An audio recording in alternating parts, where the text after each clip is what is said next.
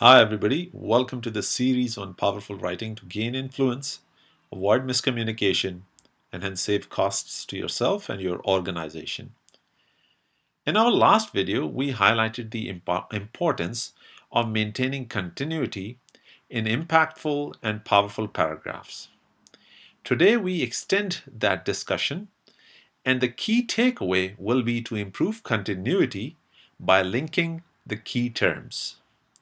But first, let's recap our previous discussion.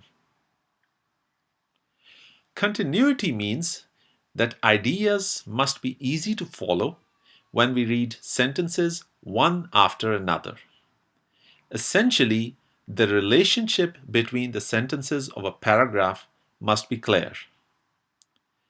To achieve continuity, our previous video advised that we must repeat the key terms exactly, where the key terms are the main ideas given either in simple English or in technical terms.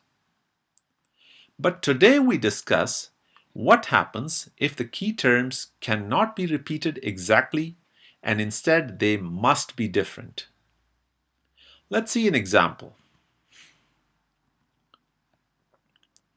The use of opioids concerns over half the deaths due to drug overdose in the USA.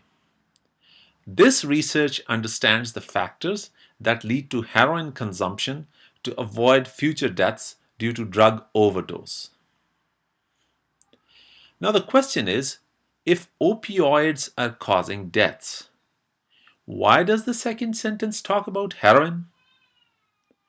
Now, there must be a link between opioids and heroin that's missing in this paragraph.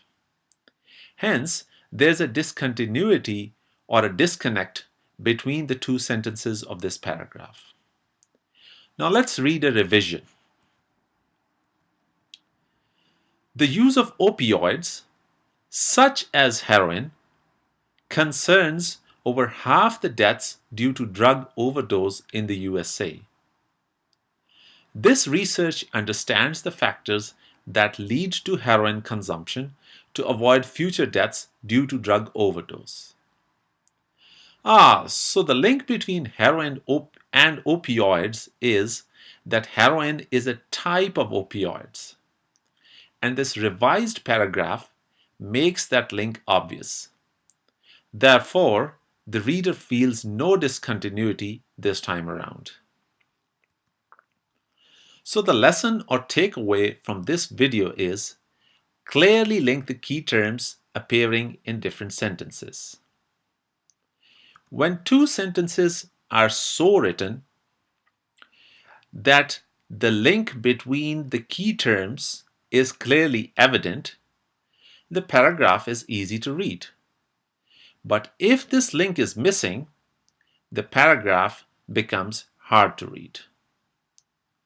Now let us apply this advice on another example. In neural networks, overfitting is undesirable. Therefore, pruning is commonly used in neural networks. Now, what does pruning have to do with overfitting? The link between pruning and overfitting is absent. So let's make this link obvious and revise. In neural networks, overfitting is undesirable. Therefore, pruning, a technique to avoid overfitting, is commonly used in neural networks. Clearly, the purpose of pruning is now obvious, and the link between the highlighted key terms is very clear. So that completes the lesson today, and here is some homework for you.